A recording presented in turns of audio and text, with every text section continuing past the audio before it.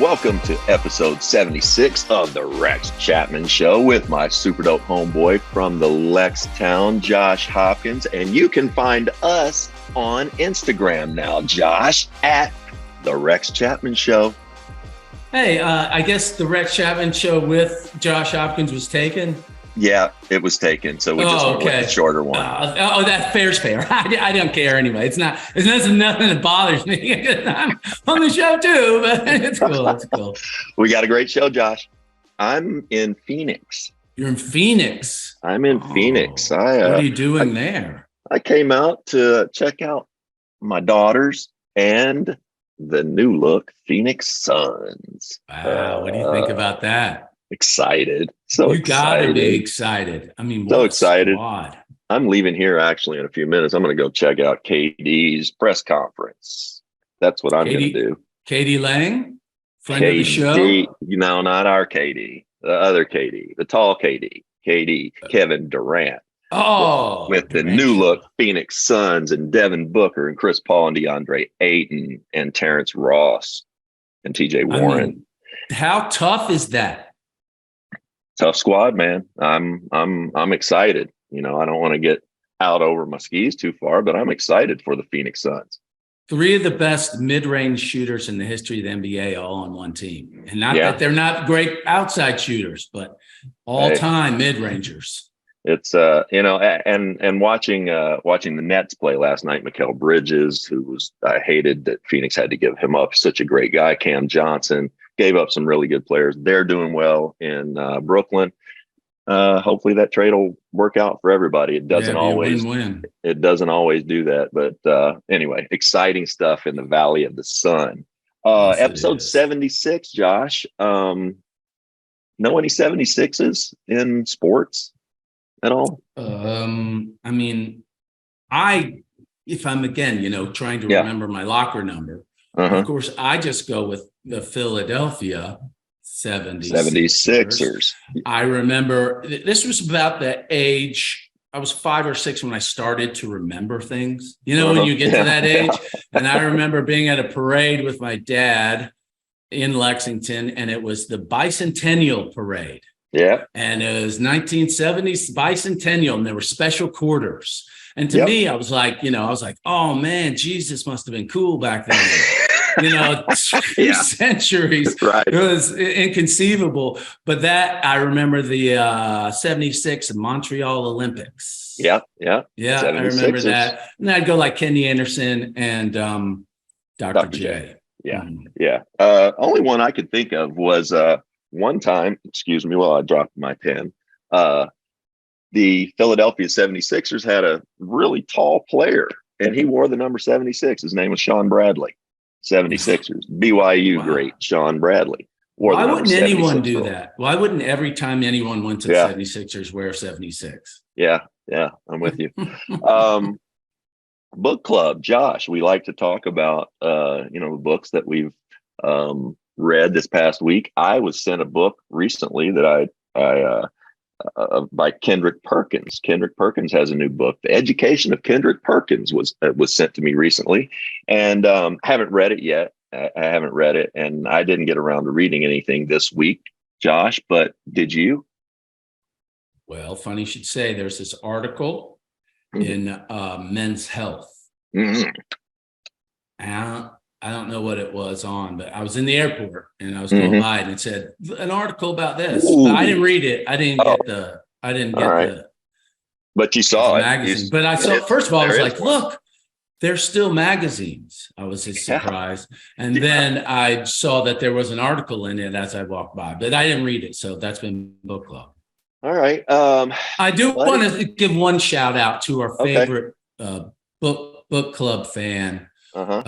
Guy I went to 10th grade with, Will Hunt, in Chattanooga, Tennessee. Nice. He's really wanting us to do a segment about swimming. He was like high school All-American swimmer, and I told him we wouldn't. So I think that's fair, right? Yeah, it's completely fair. Good for you for shouting him out. Yeah, sure.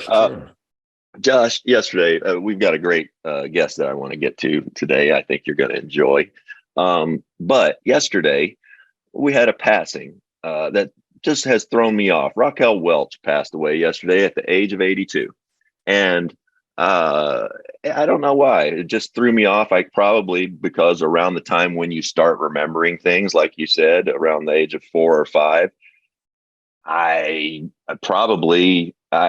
can't imagine this didn't happen. Probably Raquel Welch appearing on the TV and my dad going, "Holy shit," and looking at her. That's probably what happened. And so in my mind, she's been just the most beautiful woman forever. Also, though, want to say 140 IQ. She studied theater. She grew up studying ballet. She wasn't just some beautiful vixen who popped in our screens. She was a real talented woman. And I don't know. I'm just mourning her loss today. That's all. Man, I understand. She was one of those. Yeah, as a kid, she was a sex symbol, which I didn't understand but you could tell that was something. There was just no verbiage for it in your head. And she's just an all-time beauty and all-time. Yeah. She was did the first interracial love scene in cinema.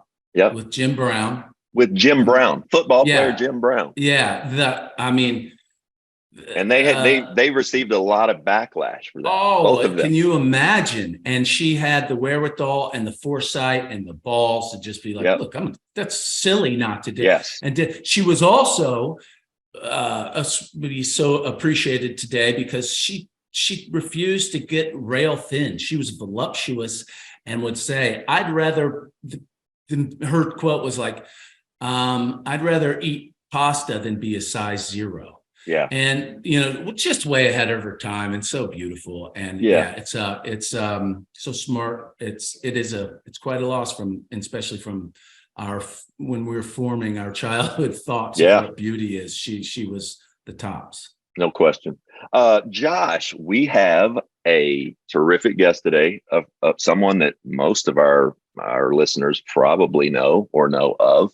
But and we'll know when they see him. They will. They'll definitely know him. I'm not sure. Hear him. Yeah, I'm not sure. What he's done gave rise to, I don't know that it's talked about enough. Reality TV gave rise to, I think, reality TV as we know it today. Let's get to. Hold on. I want to say this real quickly because usually we're first of all, we're a pod that I'll put our all-time shooters up against any pod that's ever had. Like, we've had the best shooters in the world on our show. Right. And usually when we're on this pod, we're talking to someone that's been your teammate. Mm-hmm. Well, this guy has been my teammate. He's been my teammate, is an all-time shooter I'll vouch for, and I'm sure we'll talk about. And I can also vouch, is one of the all-time greatest, nicest human beings. And I'm sure it will shine through because he is one of the greatest. Why don't you tell us who's coming on, Rex? Let's get to blind date legend, TV, actor, film and producer, host of the Sports Lodge on Angels Radio AM. We have Roger Allen Lodge. Welcome, Roger. Rex, great to be here. Thrilled to be with my guy, Josh. And before we get into anything, I need to make this official now for everyone watching our show today. Nobody in the history of the NBA Entertainment League brought it more consistently each and every week than my guy, Josh Hopkins. Man, he could set a pick and roll with Josh Hopkins. Forget about it. That was a done deal. This guy, Raj Lodge right here, I got to tell you, he ain't just an actor and an entertainer and a host. He's a shooter. I mean, a real shooter. Now, Raj, we've had the greatest shooter in the history of the game. We've had Steph Curry on. We've had his dad on. We've had Steve Kerr on. We've had JJ Redick on. You, my friend, don't shoot 500 a day. Granted, you can't come around the pick like that, but I mean, you can stand there right now throw it to you or grab it off the rack and shoot with anyone in the world standing still. Right now, you can do that. I mean, so you are another great shooter. People wouldn't guess it.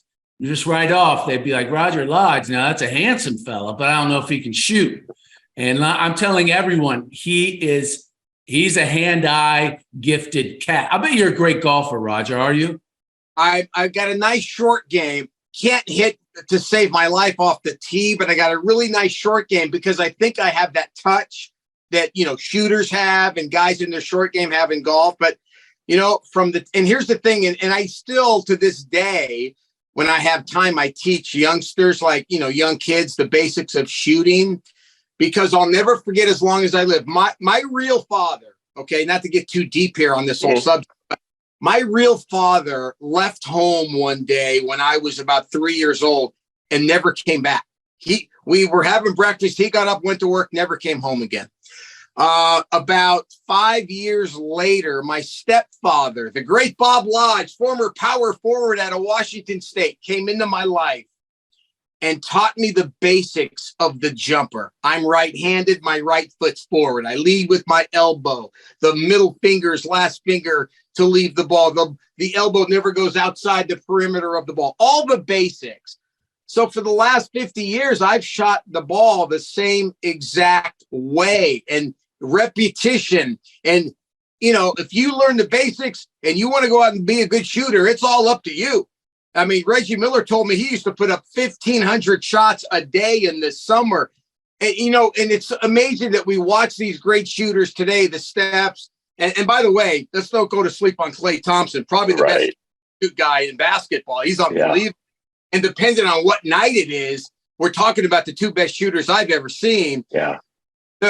And Michael Thompson, his father told me that he never really taught him how to shoot. He learned all of that on his own. Wow.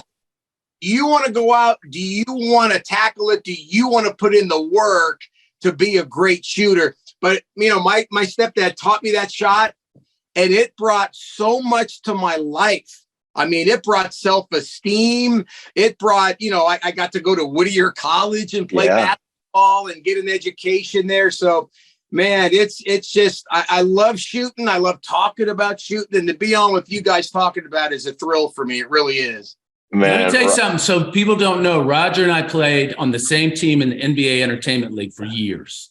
Now, that league was so much fun. We got issued the real uniforms. I mean, and you played, Brian McKnight was a really good player. Mark Blucas, who played with Tim Duncan at Wake Forest, was one of the best players. There was a lot of really good players. There was a lot of dunking going on in the league. You wouldn't expect. I mean, this was much better than you would think. And Raj, but a lot of these guys didn't know they could run and jump, but did not know how to play. And Raj appreciated me because I'd be like, yeah, I'm setting a pick. I'm coming up here to set a pick. And some guy that could dunk it with his elbow would be like, what are you doing? Space out. I'm like, get away. I'm setting a pick. It's called a pick. Get away from Roger. And if you got Roger 3 feet, you could count it. He was a ball to play with. I don't know when I became aware, Roger, of you playing basketball, but it was probably on a show you did. You just out there shooting, and anybody that's watched basketball or especially played can look at somebody and go, that guy spent some time on a basketball court. Yeah. You put out a video. It's been a year ago, maybe. And it was, you said you sent it to Josh and I, and on Twitter, you tagged us and said, all right, I'm going to go 10 out of 10 here. And you went out to the 3-point line. You had somebody rebounding for you, and you knocked down, I don't want to say 10 out of 10, but 9 out of 10. Right. And the thing that stands out is you have a one-piece, repeatable, you said it, repetition, one piece, repeatable jump shot. You jump the same height on every shot. Your stroke is the same on every shot. And it's muscle memory at this point. You said it. You've been shooting that same jump shot for 50 years. You alluded to it earlier. Your real dad, got up and left one day. Your stepdad shows you a basketball. How much of your childhood was spent just out there on the court by yourself, sorting through life's issues with that basketball in your hand? So many countless hours out on the floor, trying to get better, trying to make my high school team. Once I did that, I wanted to be an all-league player. I go to Cerritos High School out here in Southern California. When I was a freshman, Ben Howland, who went on to UCLA, Mississippi State, Ben was a senior when I was a freshman. Wow. He kind of took me under his wing and showed me the ways. And he was like my Yoda when I was a young high school. And it wasn't, because everyone wants to shoot and everybody wants to score, but there's so much hard work that goes into it. And he was so great to me to point out the hard work you got to put into it, and it's like anything else in life, guys. You get out of it what you put into it. You know what I mean? The jump shot. No dunking, shoot, you will. Yes. Yeah, but I think about today. You were playing. This is in the 70s, 70s, playing with no 3-point line. Think about how much different it would be for you today. Oh my! Hey, right? I'll never forget my first college basketball game. We're on the road, Little Whittier College. We're on the road in Athens, Georgia, playing the Georgia Bulldogs. I mean, what are we doing? What are we doing? Dominique had 32 at halftime and they sat him down. But I'll never forget going up to the free throw line with 4 seconds left. I had a 1-and-1 for Whittier College, 4 seconds left to go in the game. And I step up to the line and they're going crazy at the Coliseum. And I knocked down that front end of the 1-and-1 to earn my second free throw. The second free throw, nothing but net. And that free throw brought my Poets within 60. Your final score, 122, Whittier 62. Let's go. It was a bad beat, though. It was a bad beat. You guys, just on that, you got the line, the Vegas line. A lot of people lost some money. Two things happened that night. Number one, our starting point guard, Dice Martin, whose son, Doug Martin, went on to become a star running back for the Tampa Bay Buccaneers. Dice Martin twisted his ankle a couple of minutes in. There's no way I'm thinking I'm getting in the game that night. So the coach says, Lodge, get in there. I'm like, what, me? Really? Okay. So I take off my sweats and I forgot. I was so nervous about playing there. I had forgotten to put on my game shorts. I didn't have shorts underneath my sweatpants, right? So the trainer says, here, take these. And he throws me a pair of like triple XL shorts. And I got on the guys. I think I started the baggy shorts that night in Georgia back in 1980 against the Bulldogs. And the other thing that happened that night is to be up close on the same floor as a talent like Dominique Wilkins. That night I made the decision, I'm not going any further than Whittier College. I better get into the broadcasting thing. Then that's when I made the decision to get into broadcasting and try to be a host and an actor and all that. Some big things that night in Athens. Absolutely. I can't imagine. I'm thinking I played in Athens once as a freshman. We played them in the Omni my sophomore year, but I played in Athens once my freshman year. And it didn't matter how good.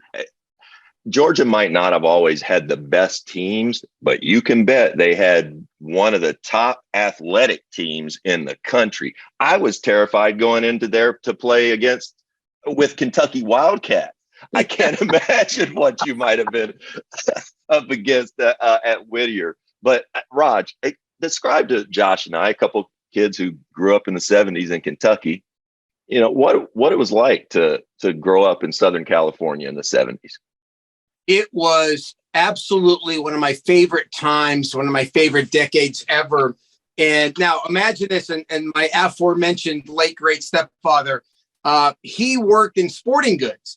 Now imagine this, I'm a kid growing up in SoCal in the 1970s, and I would get to hop in my father's station wagon, the one with the wood side, and he would go visit the Lakers, the Chargers down in San Diego, the Dodgers, the Angels, And one of his accounts was John Wooden, the head basketball coach. I mean, the greatest coach to ever live. I mean, come on, we're talking 10 out of 12 titles, 7 in a row. Wow. But Coach Wooden would call our house. He'd call our little house in Lakewood, California, and he was always on time. So I knew that phone call was coming. So I was able to go in the back bedroom and unscrew the old rotary phone, the part you talk through, so I wouldn't make any And I got to listen to take his order for the season from Coach Wooden. And then they developed a friendship, and it got to the point where I would jump in the car with my dad and go to UCLA practices. Wow. And Sidney Wicks and Curtis Rowe and Henry Bibby. And I'll never forget the first time I made that trip, the anticipation of going up to Pauley Pavilion and watching a UCLA practice. And guys, I'm thinking, oh my God, I'm going to get up close and personal to the formula. What's the formula for John Wooden's success? We get there, and it was 3 of the most boring hours of basketball. Nothing but chest passes, bounce passes. In other words, the basic fundamentals were everything to John Wooden. Right. I don't care what anybody says. I'll take this to my grave. Nobody dominated the details better than John Wooden, the greatest coach that ever. Yeah. Sure. Did you ever think about coaching, Raj? When I was coming out, when I finished up at Whittier College, I did some high school coaching in Southern California. I was a coach at Santa Fe High School. Yeah. My first team went 1-23. But don't be fooled by that record, guys. We were a lot worse than that. So you're a sports guy growing up, though, Rod. Is it true that a guy by the name of John Stamos convinced you to make the decision to pursue acting? Okay. John Stamos and I grew up in the same neighborhood here in Southern California. But was everyone in the neighborhood just drop dead gorgeous? What is good? Huh? Have you two ever been seen in the same room? Yeah, though? Come on. I mean, what's Those going dimples, on the hair. Look, I mean, can I just tell you? Let me tell you something about my guy, John Stamos. Not only the best looking guy to ever walk the face of the earth, but one of the nicest, kindest people you'll ever want to meet. I have nothing but amazing things to say about my best friend in the whole world, John Stamos, who we grew up in the same neighborhood. And then when he was wrapping up General Hospital, and I was thinking about, trying to get in the business, what do I do? How do I do it? He kind of took me in under his wing. Then we moved up to LA together, from Orange County up to LA. And we were roommates for 13 years. Wow. So I was Stamos and Cato Kalin, basically. And while he's doing Full House, I'm living. And but here's the thing. I would go on the set. He would help me out to get little parts and stuff. But I was always around the set. I was always able to watch and learn, just shut up and learn. He was working with Jack Klugman on his show called You Again on NBC, right? So I was Johnny's stand-in on that show. Oh, my God. Whenever he had to go do publicity or go do awards, I'm on the stage with Jack Klugman, running lines. I mean, that's great. You go to any acting class, but that stuff like that is pretty amazing, to the fact that I was able to do that and learn from with Quincy. Yes. I was just watching old reruns of The Odd Couple the other day. Just, it's amazing to have those experiences. Yeah. I mean, my God. Well, while he was working on Full House, you're helping him prepare how to be a baseball player, right? Let me go back to Jack Klugman really quick, because I talked earlier about Coach Wooden dominating the defense. This is Jack Klugman. He is from the Odd Couple fame, from Quincy, Emmy Awards, you know. So, and at that point in our lives, Stamos and I were in the business to try to meet girls. Let's call it what it was. So we would go to lunch, and I'll never forget this one day. We went to lunch, and we came back after lunch, and we're walking through the stage, and it's completely dark. But over on one of the living room setups, we heard some noise over there. So we're like, what's going on? Who's over there? So we went to check it out. And it's lunchtime. There's nobody else around. And on the set was Jack Klugman all by himself, working on a comedy bit where he had some physical comedy, but he wanted to get it just right. I mean, the guy, again, dominated the details. I mean, that's what leads to success. And Klugman was one of those guys. Man, I learned a lot from that guy. I just can't. I'm trying to. You hosted Blind Date for so long, like 7-8 years, maybe. 1,800 episodes. Right. I'm trying to. I mean, and Josh, we probably saw every one of them. There was just what people of our generation did. Yeah. We that's what we watched. I can't imagine. I guess I know the answer a little bit. Being around Jack Klugman, being around John Wooden, being around your stepdad, how did sports and repetition and attention to detail and basketball, how did that prepare you to be so consistent with what you ended up doing and turning into your life's work? God, that's such a great question and I love talking about this because I get up now. I host Afternoon Drive here in SoCal on Angel Radio, AM 830, the home of the Angels. And during the season, I stay on and I host the pregame show as well. But, the show starts at 3. I'm up at 6 a.m. getting ready for the 4 hours of radio, going through every segment, booking guests, writing questions. One of the things that I love to do more than anything. And being on with you guys today is such a treat because I'm the guy doing the research and there's nothing better to me than at the end of an interview. And sometimes you guys know, you pre-tape the interviews. When we get done with something and a guest says to me, man, you really put in the research. You really did the work for this interview. Because you guys know more than anybody.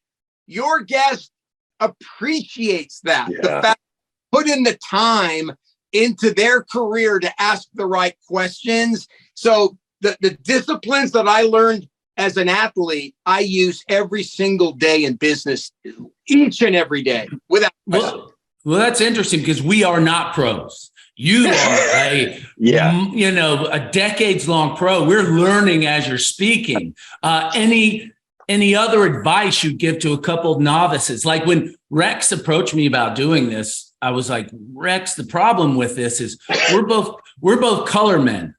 We need a play-by-play guy because we're both used to getting asked questions and not answering. But thankfully, he wouldn't let me say no because I've gotten to talk to so many unbelievable people. So what's some other just tips you can give us? Because you might not be that great.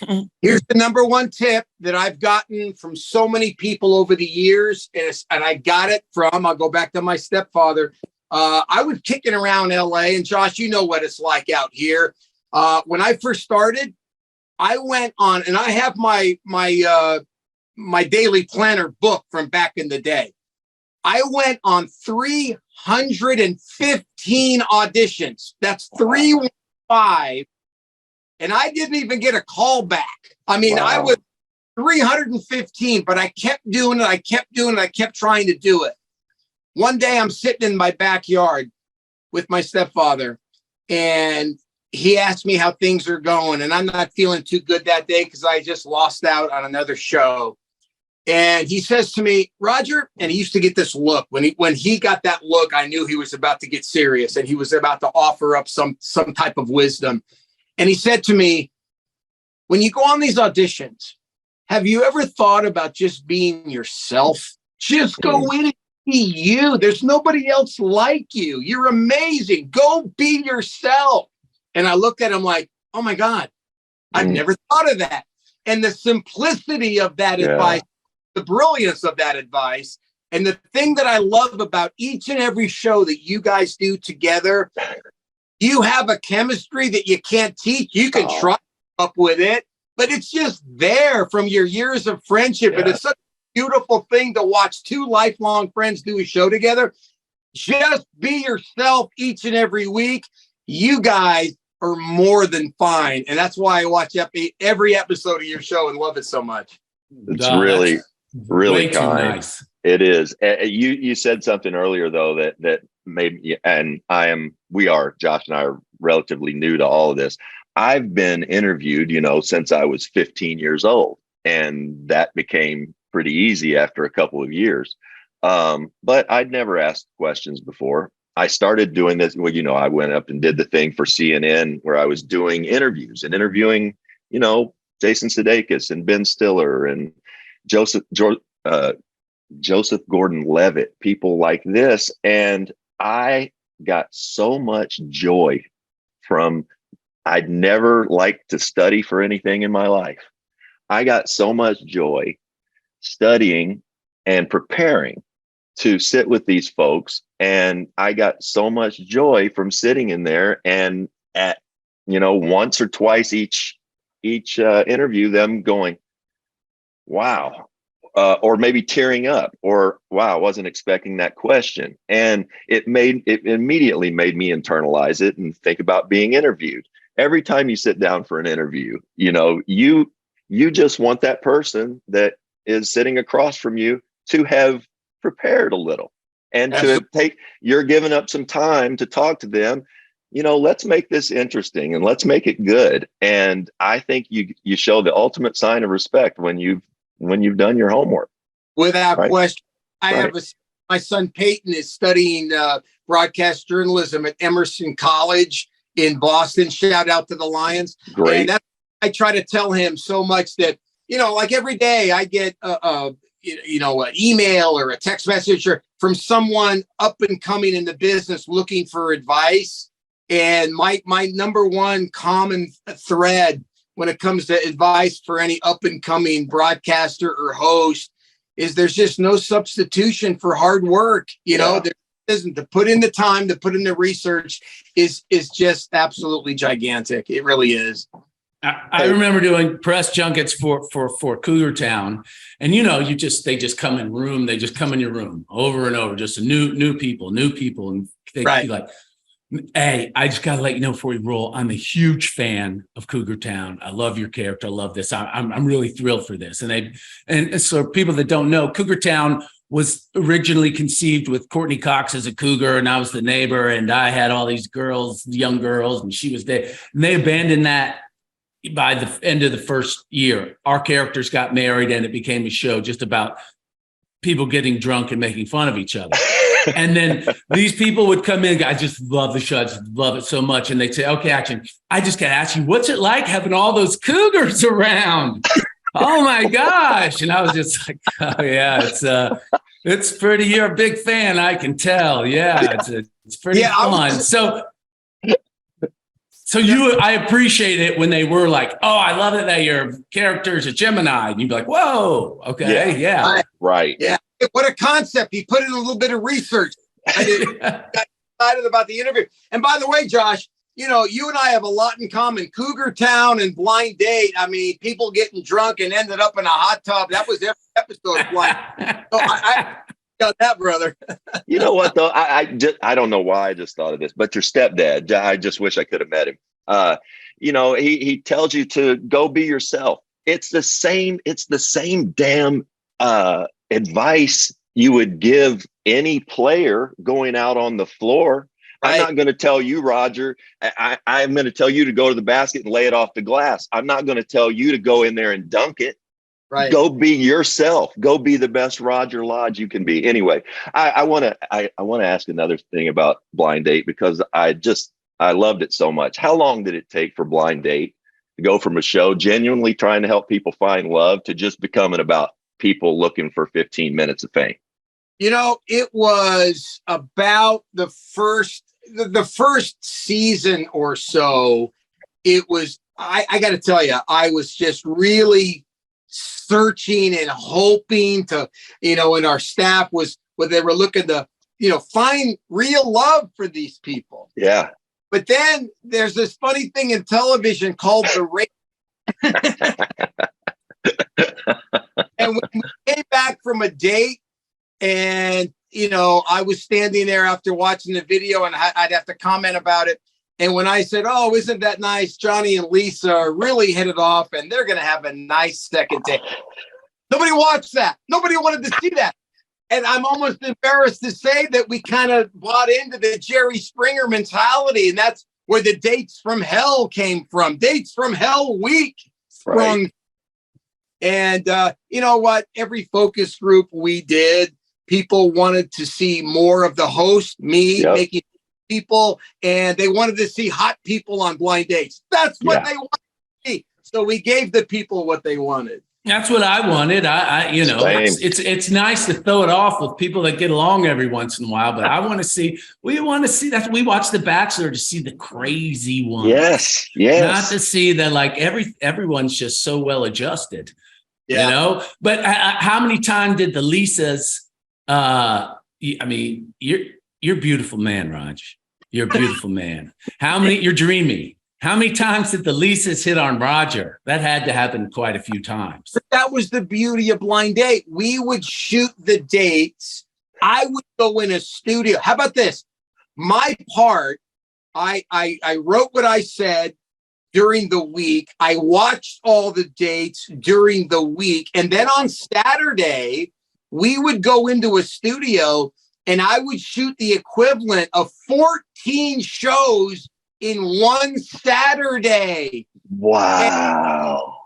And was watching the video. And by the way, when I was standing there on Blind Date looking at the wall and the video was up there, I'm looking at a green screen. I wasn't watching the dates, but I had watched the dates all week long in my home office. I never came across any of those beautiful women on Blind Date. There was no need. There was no reason. Wow. So everyone always says, "Oh man, you must have hooked up with so many hot gals." I never saw them. And wow. My beautiful bride Pamela and I have been together since we went to a Bonnie Raitt concert back in the late '90s. So there was no need. I'm good in that category. That's awesome. That's why people don't understand why they have like these movie stars that host primetime game shows and stuff. They're like, why would they do that? It's because they get a bunch of money per episode, and they do the entire season in 2-3 different days it's not a lot of work and a whole lot of money. And Roger Lodge was the first one making bank doing it. Raj, go ahead. Fabulous time doing that show, but it's so funny because and Rex, I bet if we were talking about your NBA career right now, it wouldn't be about, that crazy shot you made for the Sun. What game, the night you dropped 40 on somebody. I bet it was more about the relationships. I bet it was more about the people you met along your path. When I think back of Blind Date, you really think I have any memory of Cinnamon running naked? Right. No, the thing I'll never forget about Blind Date was me on the set with the crew playing sports trivia and holding up like answer. It was all about the relationships of the people who all had one goal in mind, and that was to make the best show possible. So that's what I'll always remember about it. Roger, you're obviously at this point, you're polished in front of the camera, you're polished behind the mic. I don't know that people, most folks really understand. Josh alluded to it earlier. Like, I'm a color guy. Josh is a color guy. To be a play-by-play guy, or to be a guy who can sit behind a microphone for 4 hours a day and talk and not say, not stumble and stutter, to have, I call it just to be an articulate thinker and to have it come out that way is, a lot of people in media and in TV would love to have that and don't. I would love to have that quality. Did you, when you started out, did it come naturally to you somewhat? Was it something you really had to hone? Because it's just not natural sitting and looking and talking to nothing and speaking to no one. I'll tell you, when I was a kid, it kind of started for me, guys. When I was a kid, my parents would go out to dinner on a Friday or a Saturday night. And when my dad came home, on his pillow, I had written out a sports report from the evening in sports. I mean, I'm a 7 or 8 year old kid, and Amazing. He had a report on his pillow. I clearly wanted to do something in sports. And then coming up, like as a high school player and at Whittier College, I had, like, when I played 1 year of baseball at Whittier College, I had my own make-believe talk show down in the bullpen. I was a pitcher, so I'm using a baseball bat as a microphone. I always wanted to be the Johnny Carson. Great. And even before I got my first job, which was working at E! Entertainment, filling in for Greg Kinnear on Talk Soup. Wow. You know, hundreds of times I had gone out on Hollywood Boulevard with a microphone, interviewing fans, coming up with some kind of videotape that I could send to agents to try to get representation.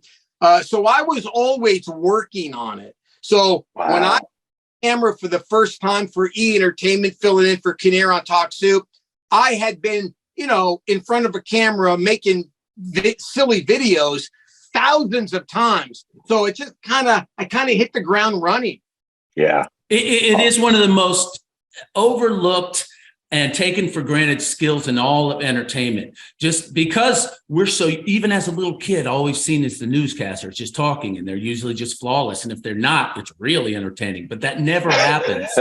And you see these people like you that it's so underrated. Like when you go like on a press tour, like they send, you know, Courtney Cox to the Today Show. They send Ding Dong like me to Tampa and Oshkosh, Wisconsin, and all the local stations. But you see it there, and they're like, and luckily no one was harmed in the spill, and we'll be right back after this. Hey, man, so I like that show, and then we're back in 3, 2, 1 because I think it's good. Now we're back in the second, and blah, blah, blah, and you're like, I can't believe the skill it takes. It freaks me out. Yeah. Hey, I'm going to turn the table on you guys. I'm going to ask you a question, okay? I want to interview you for a minute, if I may. But let me start. Before I ask you your question, let me set that up.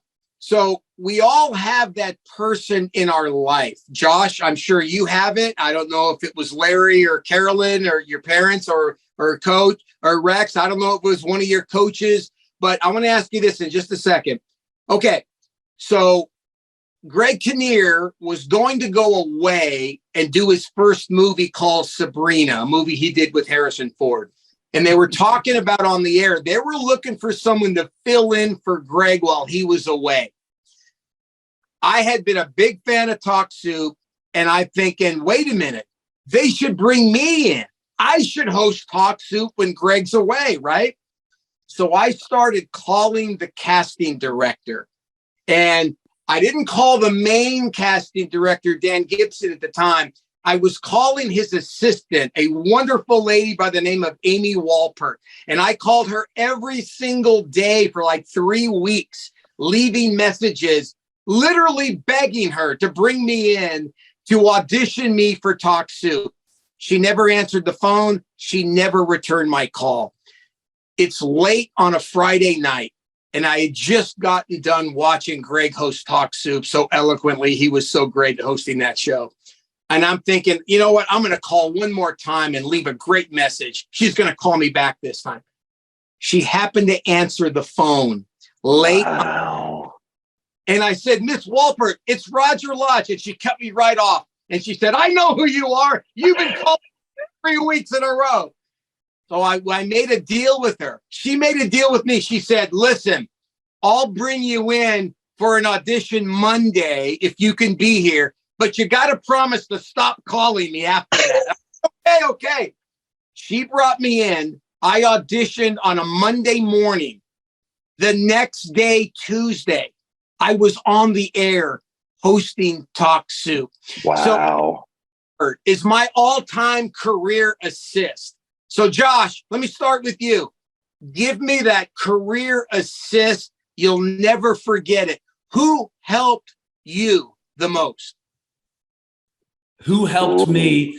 Like that's you were your own career assist on that. Your stick-to-itiveness. That's like like you didn't. No one gave you that break. You went and got that break. He made it happen. He forced the issue. He forced the issue, but still, she had to answer, man. Yeah, but he made it. Like, I will tell you this about Rex and I both. I've been like, look, I deserve this. I should not call back. I've been like, okay. Well, I guess they don't want me. I tried. I called once. And to be that bulldog like you are, if I had a lot more of that in me, I'd probably a lot more successful. But it comes from, you have to have that belief in yourself and whatnot. And there is a lot of self-hate and doubt in both Rex and I. I think that's why we get along. I'll tell you mine. I think, and I hadn't really thought about that. That's a great question, Raj. There are probably several, but one that stands out that you might not think of right away. I had been playing in the NBA for a while, and I'd been playing on bad teams and never been to the playoffs. And I got traded to Miami, and I'm playing for a coach there. There's a first-year coach in Miami. He's come from New York, where he's got a huge reputation. Pat Riley's come from LA, Showtime, and he's gone to New York, and he's a guy that you have to play hard. You have to play defense. You have to be, you got to be tough to play for Pat. And again, I'd bounced around on a couple of bad teams already, and I went to Miami, and I was determined to be in the best shape I could be in. And if I wasn't going to play for Pat, it was going to be because I put my best foot forward. And I went there and I earned Pat's trust, and he played me 30 some minutes a night. And that confidence, I think, it gave me confidence to say, hey, look, yeah, I played on bad teams, but I'm an NBA player. I can play in this league. I'm a serviceable player, and I could be a good teammate on a good team. Pat Riley did that for me, and he did it with very few words. It was, you showed up. If you did your job, Pat didn't say much to you. And Pat played at Kentucky with my dad, so I've got history with him. But I'm just, I think that kind of helped propel me through the second half of my career. So thanks, Raj. How about this, fellas? Rex, let me start with you. When you're playing in the NBA, whose approval did you seek the most? Teammates, my teammates. I came in and I was so young, and I had less reps than everybody. I was almost 2 years younger than the next youngest player, and so but what was great about it was almost every teammate I had and every opponent put their arms around me. I have no idea why. Guys I didn't know, from Isaiah Thomas to, Mitch Richmond, who was in my class. Guys were very helpful for me. But mainly, I think in sports anyway, in team sports, you've got to endear yourself to your teammates and coaches. And as you progress further in pro sports and you learn a little bit more, you better endear yourself to the support staff and the trainers and the managers and the PR people and the front office people. And you just don't know those things as a young person. But yeah, that's it. Hey, Raj, are the Lakers worth watching now that LeBron has broken the record? What's going on? Okay, here's the thing with the Lakers. You're going to think I'm crazy, all right? But if LeBron can come back and that foot is okay, and those foot injuries are such a pain in the rear end. But if LeBron is healthy, if AD is healthy, if D'Angelo Russell from the perimeter obviously is an upgrade from Russell Westbrook from the perimeter, and a few of the other guys they brought in, who in the West right now? I know Denver's really good, and I know Jamal Murray is playing like Jamal Murray again. Denver's good. Memphis plays hard, and they have really good wing guys and athletic 3-and-D guys. Those are two really good teams. But if I got to win 4 out of 7 against the Lakers, That's no easy get because I'm with you. Let's face it, the networks, the league, they need LeBron in the finals. He's going to get a lot of calls come playoff time. As crazy as this sounds, guys, don't go to sleep on the Lakers. And I love watching them play. Their second half run is going to be worth watching and very, very interesting.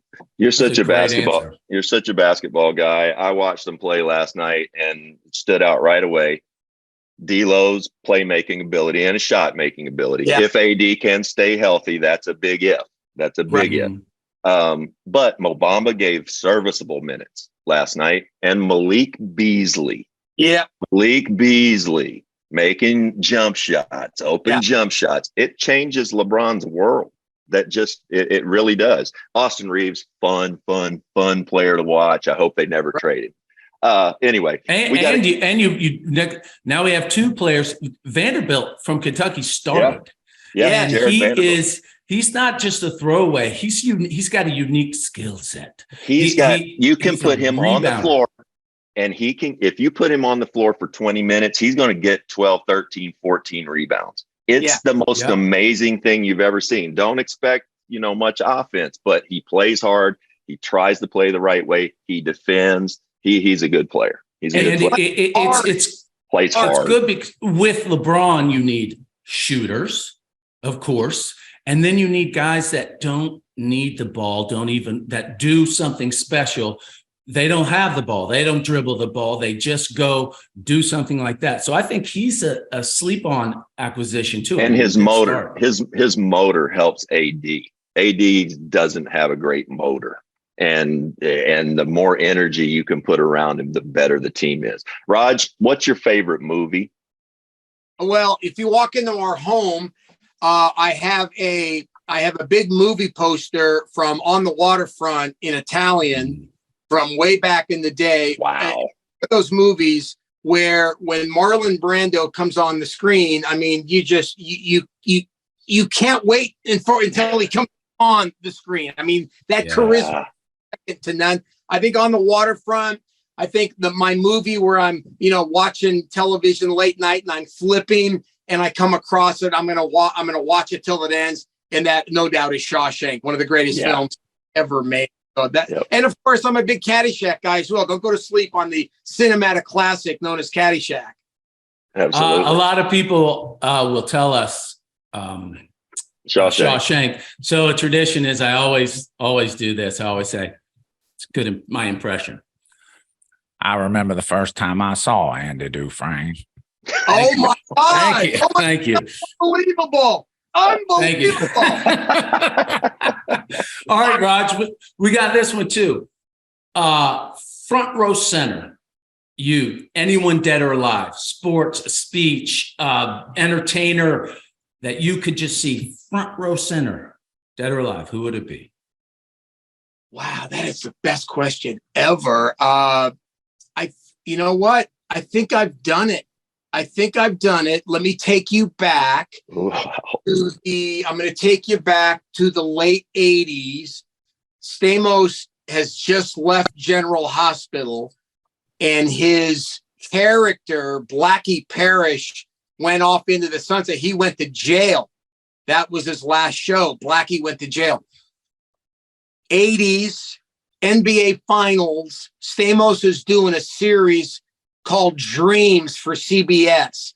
So we have the floor seats for the NBA Finals. Lakers, Celtics. Wow. We're front row, layup line for the Celtics. McHale makes a layup. He runs in front of us. He calls Larry Bird over and he says, "Take a look at this." Larry freaking Legend looks at Stamos and says, "Hey, shouldn't you be in jail?" I mean, come on. Amazing. And the only thing I can think of better than that, I don't know how much you guys are into wrestling, but again, I bring up the Stamos connection. He's got front row to a WrestleMania show at the old LA Sports Arena out here in Los Angeles. I hear you, brother. The honky tonk man, the greatest intercontinental champion of all time, the honky tonk man has just cheated to win his big match and hold on to that intercontinental championship. So he's getting booed by 20,000 people at the old LA Sports Arena. And Jimmy Hart, his manager, is covering him up, and they're about to run up the aisle, and they're getting booed unmercifully. People are throwing popcorn and beer and peanuts at these guys, and they run right by Stamos and I. Jimmy Hart, through the 20,000 boos, sticks his head in between us and says to Stamos, "Hey, brother, I just want to tell you, my kids and I watch you every night on Full House. We love you." And he runs up the aisle. The best. These are great. Real quickly, though, Rod, you've done that. Yeah. These are stories you've done. This is something something you haven't done. Yeah. Who would you have loved to have seen or see right now that you haven't? Because those are great stories. That might not be topped with what you come up with. I know. Love to have been in the building the night my basketball hero, Pistol Pete, dropped 68 on the Knicks at the old Superdome, to the point where, this guy, everything was going in. He was just so incredible. Could you imagine Pistol Pete nowadays with social media, highlight shows? This guy was magic before magic. He's the most influential player in my life, just watching him play. But I think I would have loved to have been there the night Pistol Pete dropped 68 on the Knicks. And I think Earl the Pearl said to Walt Frazier, Frazier was like, "Are you going to put up a hand on this guy?" And then the response was, "Oh, you get out here and guard him." Two quick, since you're such a Pistol Pete guy, two quick anecdotes. One, I was a freshman at Kentucky, a sophomore at Kentucky, and he had Pistol Pete had just retired from playing and was working for Jefferson Pilot doing ACC, SEC games. And he came to Starkville, Mississippi to interview me. And so I sat there with Pistol Pete for an hour. I was just in awe. Don't remember a thing about it. And a year later, I drafted in Charlotte, and it was early. And I turn on the news, and he's died of a heart attack playing ball. Less than a year later. I wanted to let you know that. It was an unbelievable experience sitting across with him. The other thing, Kevin McHale told me the greatest story about Pistol Pete once. He said they had flown in from Boston to New York and were going to play the Knicks. They'd gotten into the hotel and were gotten to the airport, were on the team bus headed to the hotel, and they're passing by Rucker Park. And on the bus is Pistol Pete, Kevin McHale, Larry Bird. There's the little guy, Nate Archibald. Nate's on the team, almost says nothing. He doesn't talk much. He's sitting in the back of the bus, New York guy, and said, Pistol Pete looks out the window and notices Rucker Park and says, "Oh, Rucker Park." And everybody kind of goes, "Yeah." He said, "I got 77 there one day." And everybody looks around like, "What?" And they look back at Tiny, and Tiny sitting back there and said, "He did. I was there." Yes. And his dad drove him up to New York in the summer to play against the best players he could find, and that's where they went, and that's what happened. He said, Tiny said people were hanging up in the trees trying to get a look at this kid that was down at Rucker Park just tearing it up. Anyway, I love Roger Lodge. Thank you, man. Thank you so much. Thanks for stopping by. We got to do this again. You're just absolute gold. Thank you, buddy. Guys, you both are awesome. I can't tell you what a thrill this was for me, being such a fan of the show, and then I get to come on and be part of it. God bless you, and thank you so much for having me. I really I loved it. Thank you. You got it. Come back. Yeah, I miss you, man, and I treasured playing with you on those teams. That was so much fun to play with a guy who knew how to play. Yeah, that was fun. And my favorite E-League story was, remember Coolio, God bless him, the late, great Coolio. Coolio would talk so much trash throughout the game. I dropped 37 on Coolio one night, and I got about a minute left. We're up by 30. The game's decided, but he's still talking trash as my last 3 goes through the net. I ended up with 40 against Coolio, who, by the way, was 5'5", but with those things in his head, he was like 6'5". But Coolio was the biggest trash talker in the history of the E-League. You guys are awesome. Thank you. Awesome. Thanks, Roger. Come back, do it again. See ya. Thanks. Roger Lodge. Raj Lodge. How great was he? Oh, money, man. He's money. I mean, there's a guy, truly, you can tell, he's a pro's pro. But how about when he said, well, like, Josh, it could have been Larry or Carolyn for you. Like, he knew my parents. He studied for this. Where we're just going to ask him questions, but he's such a pro. The reason he's been around for so long and is so successful was exactly on exhibit right there. Maybe be Larry or Carolyn. I was like, I don't know his parents' names. Yeah. I mean, that was amazing. Yeah. Have you ever looked up the parents names of anybody we're ever going to interview? No. Because we're not professionals. Not like him. Taught us a lesson. God, he's great. Yeah, we definitely have to have Roger back on, man. He's so much fun. Energy. Does he ever have a bad day? We didn't get around to asking that. He just seems like he wakes up and he's Roger Lodge and he's John Stamos' best friend and he does amazing things. Yeah, he is. Man, he could. He's so good. Imagine those two, though. Imagine those two lurking around LA in their 20s and 30s. Forget about it. You know what? I kind of I wanted to ask him about this. Next time I'll ask him because, Roger Lodge is a good-looking cat, and I'm sure he did really well. But when your best friend is the best-looking guy on the planet, you're always, no matter, you're the other one. Yeah. No matter the girls you meet, you're the other one. Last. Yeah. I mean, when you go out, he'd go out alone and people be like, who's that? Now they're like, don't even see him. I had that experience with James Marsden being one of my best friends. It's like, hello, I'm right here. And I have it with James. Beautiful. But I'm the pretty one. I feel bad for him because when James and I go out, I'm James Marsden. I'm the one that gets hit on so much. It's weird. So you're third out of us. I guess it's a lot of perception. So sure. You taught me a lesson. Thank you. No, right, he was buddy. Great, man. Love that guy. So much fun. All right, you want to do it again next week? I would, Rex. All right, let's do that again next week for the Rex Chapman Show with my super dope homeboy from the Lextown, Josh Hopkins. Let's do it again. Same time. Same place, powered by basketballnews.com.